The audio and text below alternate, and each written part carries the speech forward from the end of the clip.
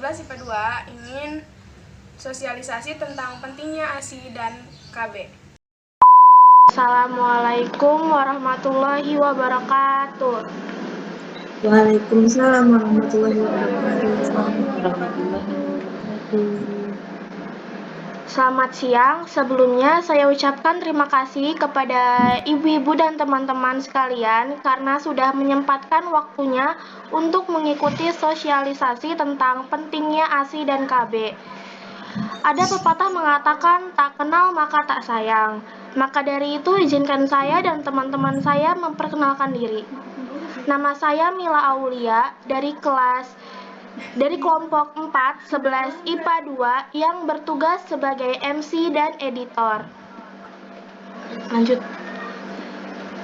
Nama saya Linta Oviani dari kelas 11 IPA 2 sebagai pembuat laporan.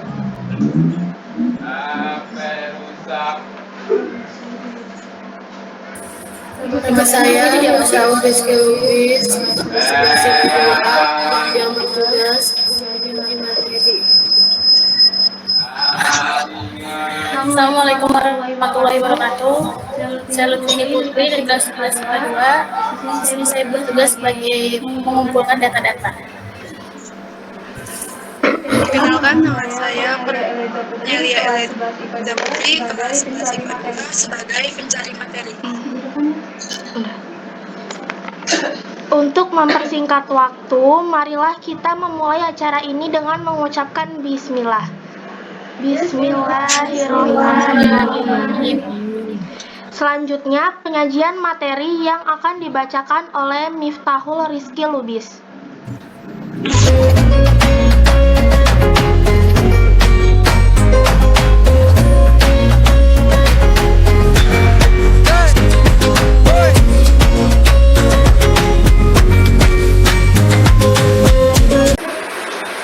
Air susu ibu atau ASI adalah cairan yang disekresikan oleh kelenjar payudara ibu berupa makanan alamiah atau sumber terbaik produksi tinggi dan berenergi tinggi yang diproduksi sejak masa kehamilan.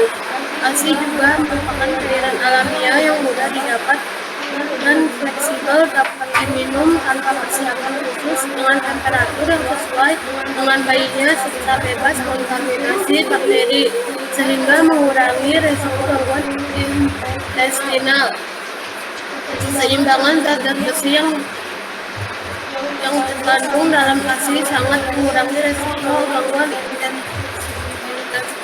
intestinal. Keseimbangan zat gizi yang terkandung dalam ASI sangat lengkap dan sempurna, yakni kaya akan sari-sari makanan yang mempercepat pertumbuhan sel otak dan perkembangan sistem saraf.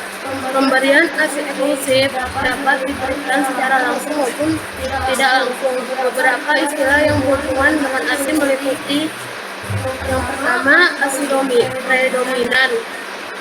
ASI predominan merupakan ASI yang diberikan kepada bayi sejak usia 0 sampai 6 bulan.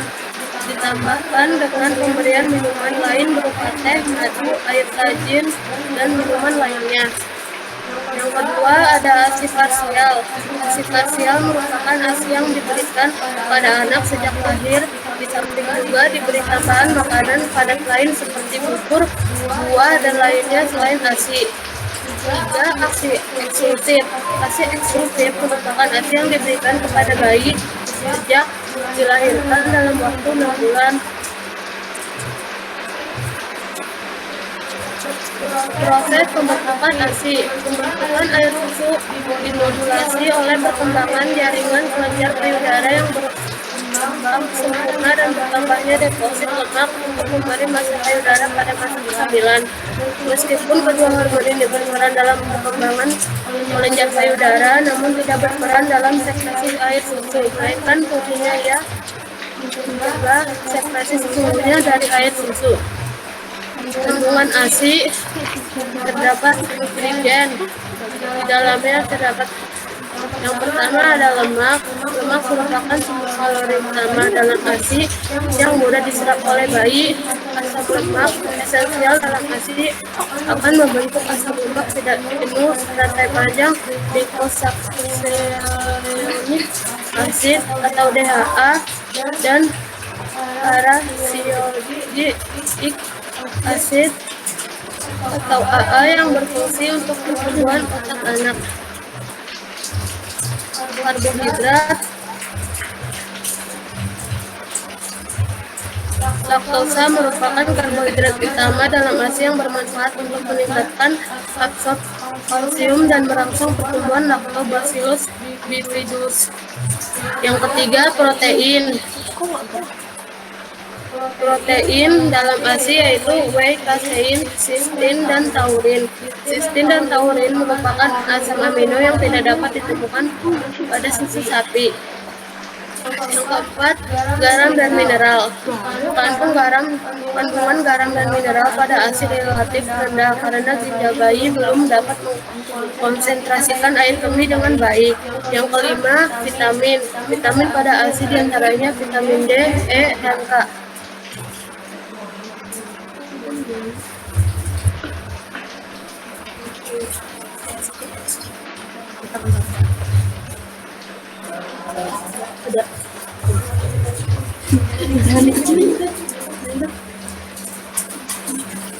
Yang B, zat protektif. Yang pertama adalah Lactobacillus bifidus. Lactobacillus bifidus berfungsi mengubah laktosa menjadi asam laktat dan asam asetat yang menyebabkan saluran pencernaan menjadi lebih asam untuk menghambat pertumbuhan mikroorganisme. Yang kedua, laktoferin. Laktoferin berikatan dengan zat besi untuk menghambat pertumbuhan kuman tertentu seperti E. coli dan menghambat. Yang ketiga, lisozim. Lisozim merupakan faktor protektif terhadap serangan bakteri, patogen, serta penyakit diare. Yang keempat, komplemen C3 dan C4. Komplemen C3 dan C4 berfungsi sebagai daya opsionik, anafilas toksik, dan kemotaktik. Yang kelima, faktor anti-streptococcus melindungi bayi terhadap infeksi kuman Streptococcus. Yang keenam, antibodi. Antibodi dalam ASI dapat bertahan di dalam saluran pencernaan bayi dan membuat lapisan pada mukosanya sehingga mencegah bakteri patogen atau enterovirus masuk ke dalam mukosa khusus. Manfaat ASI ibu dan bayi: mempercepat involusi uteri, mengurangi resiko anemia, mengurangi resiko kanker ovarium dan payudara, melindungi dari serangan alergi karena mengandung LGA, meningkatkan daya penglihatan dan kepandaian bicara, membentukkan rahang yang bagus, mengurangi risiko terkena penyakit diabetes, kanker pada anak, dan juga mengurangi kemungkinan menderita penyakit jantung dan menunjang perkembangan motorik bayi.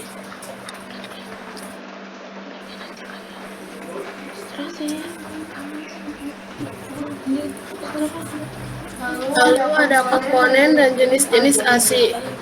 Komponen ASI yaitu terdapat kolostrum ASI hari 1-4. Kolostrum adalah susu pertama keluar yang berbentuk cairan kekuningan yang lebih kental dari ASI matur. Yang kedua, masa transisi ASI hari 5-10. ASI masa transisi terjadi pada hari ke-5 sampai hari ke-10, di mana berhentinya produksi kolostrum lebih 2 minggu setelah melahirkan dan produksi ASI oleh kelenjar payudara mulai stabil. Yang ketiga, ASI matur. ASI matur merupakan ASI yang disekresi dari hari ke-10 sampai seterusnya dan komposisinya relatif konstan. Yang lalu ada jenis-jenis ASI. Yang pertama, kolostrum. Kolostrum adalah cairan kekuningan yang diproduksi pada hari pertama hingga keempat dengan kandungan protein dan zat antiinfeksi yang tinggi serta berfungsi sebagai pemenuhan gizi dan proteksi bayi baru lahir. Yang kedua ada transitional milk atau ASI peralihan. ASI peralihan adalah air susu ibu yang keluar secara kolostrum. ASI peralihan diproduksi 8-20 hari dengan kadar lemak, laktosa, dan vitamin larut air yang tinggi dan kadar protein mineral lebih rendah. Yang ketiga ada mature milk atau ASI matang. ASI matang adalah air dilahirkan dengan hidrasi bayi dan 10 karbohidrat, protein, dan lemak untuk perkembangan bayi.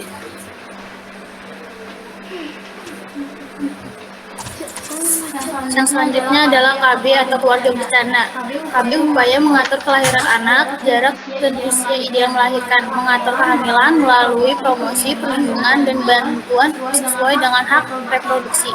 Untuk mewujudkan keluarga yang berkualitas, program KB juga secara khusus dirancang agar menciptakan kemajuan kestabilan, kesejahteraan ekonomi, sosial, serta spiritual setiap penduduknya. Tujuan program keluarga berencana mencegah terjadinya pernikahan di usia dini, menekan angka kematian ibu dan bayi akibat hamil usia yang terlalu muda atau terlalu tua, atau akibat penyakit sistem reproduksi, menekan jumlah penduduk serta menyeimbangkan jumlah kebutuhan dengan jumlah penduduk di Indonesia. Efek samping KB ialah perubahan siklus menstruasi, kenaikan berat badan, menurunnya gairah seks, merubah mood yang tiba-tiba, serta timbulnya jerawat adalah beberapa efek samping suntik KB. Manfaat KB membantu mencegah HIV atau AIDS, mencegah kehamilan yang tidak direncanakan, mendorong kecukupan ASI dan pola asuh yang baik bagi anak, mengurangi kehamilan remaja, perlambatan pertumbuhan penduduk, mencegah penyakit menular seksual, menurunkan angka kematian ibu dan bayi. Berbagai jenis alat kontrasepsi. Itu pil KB. Pil KB merupakan alat kontrasepsi yang paling umum digunakan. Alat kontrasepsi ini mengandung hormon progestin dan untuk mencegah terjadinya ovulasi. Yang kedua, kondom pria. Tak hanya pil KB, kondom pria juga umumnya digunakan untuk kehamilan. Kondom biasanya terbuat dari bahan latex dan bekerja dengan cara menghalangi sperma masuk ke vagina dan mencapai sel telur. 3. Suntik KB. Suntik KB adalah alat reproduksi yang mengandung hormon progestin dan mampu menghentikan ovulasi. Berdasarkan teknologi penggunaannya, ada 2 jenis suntik KB, yaitu suntik KB 3 bulan dan 1 bulan. Yang keempat, introtesi device atau IUD. Introtesi device adalah alat kontrasepsi berbahan plastik dan berbentuk menyerupai huruf T yang diletakkan di dalam rahim. IUD dapat mencegah kehamilan dengan cara menghalau sperma agar tidak membuahi sel telur. Ada 2 jenis IUD yang umumnya digunakan, yaitu IUD yang terbuat dari tembaga dan dapat bertahan hingga 10 tahun, serta IUD yang mengandung hormon yang perlu diganti setiap 5 tahun sekali. Selanjutnya yang kelima, implan. KB implan atau susu merupakan alat kontrasepsi berukuran kecil dan berbentuk seperti batang korek api. KB implan bekerja dengan cara mengeluarkan hormon progesterin secara perlahan dan berfungsi mencegah kehamilan selama 3 tahun. 6. Diafram. Diafragma merupakan alat reproduksi atau terbuat dari karet berbentuk kubah. Alat reproduksi ini ditempatkan di mulut rahim. Sebelum berhubungan seksual pada umumnya digunakan bersama dengan spermicida. Sekian, terima kasih.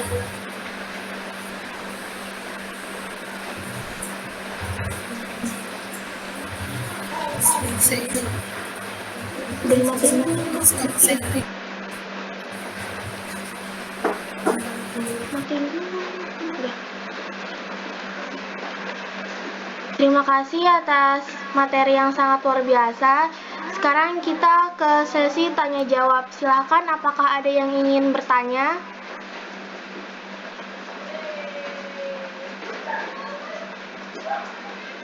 Saya mau bertanya.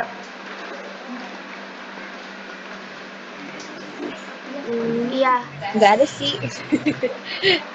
Saya mau nanya. iya silahkan. Apakah bahaya jika ASI tidak diberikan ke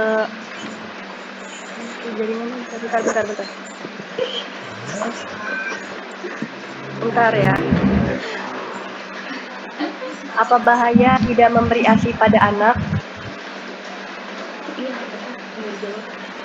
Halo?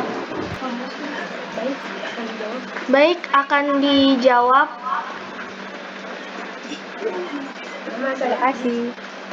Nama saya Nama saya Lintang Oktaviani. Saya izin menjawab. Dampak yang terjadi pada ibu jika tidak memberikan ASI, maka akan terjadi penggumpalan, menyumbat kelenjar susu dan ASI yang keluar sedikit sampai akhirnya berhenti produksi. Dampak untuk anak yaitu bertambahnya kerentanan terhadap penyakit, biaya kesehatan untuk pengobatan, dengan mendukung ASI dapat mengurangi kejadian diare dan pneumonia sehingga biaya kesehatan dapat dikurangi. Lalu memperlambat proses pertumbuhan pada anak, dan yang terakhir biaya susu formula.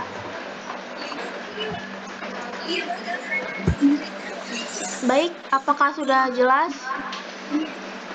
Sudah jelas, terima kasih. Ya, apakah ada yang ingin bertanya lagi? Saya ingin bertanya. Baik, silahkan.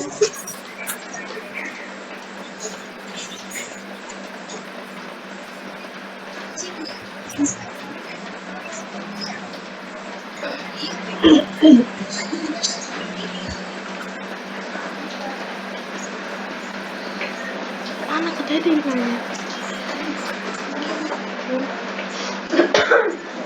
Halo. Iya, silahkan. Ada yang ingin bertanya?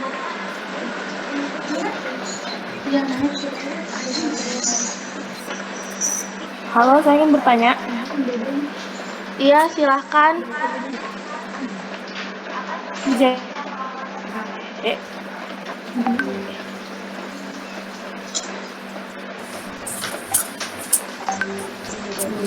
Salah satu hal yang mungkin terjadi jika lupa dan terlambat untuk mendapat KB suntik adalah hamil. Mungkin saja mengalami kehamilan jika terlambat melakukan suntik KB, karena hormon yang membantu Anda menjaga kehamilan dari suntik KB sebelumnya mungkin telah habis.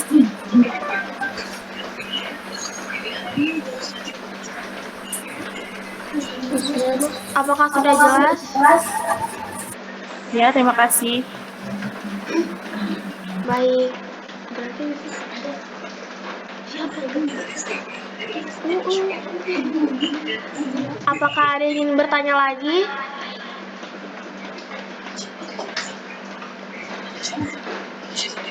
Iya, halo.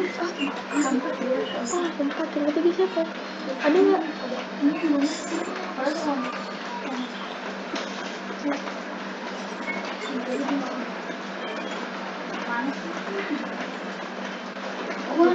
Udah dia aja dulu.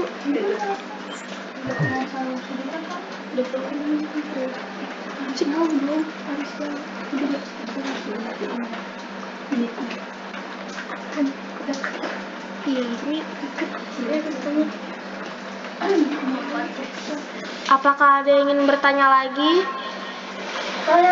Saya. Pertanyaannya, apakah obat yang diminum ibu menyusui berpengaruh pada bayi? Di sini saya menjawab, jumlah obat yang masuk ke ASI dan efeknya pada bayi tergantung pada usia dan kesehatan bayi. Jenis obat, berapa banyak yang dikonsumsi ibu, dan kapan ibu meminum obat tersebut. Obat memang bisa masuk ke ASI, akan tetapi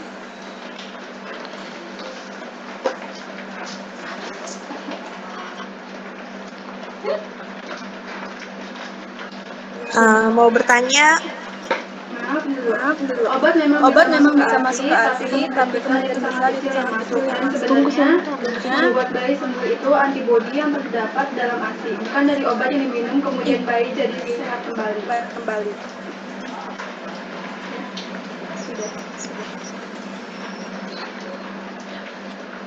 Apakah sudah jelas?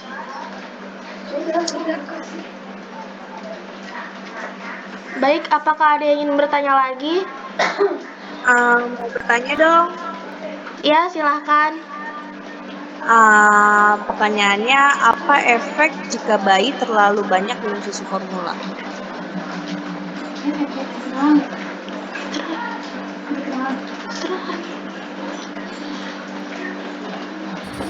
Oke, Salutin Putri akan menjawab pertanyaannya.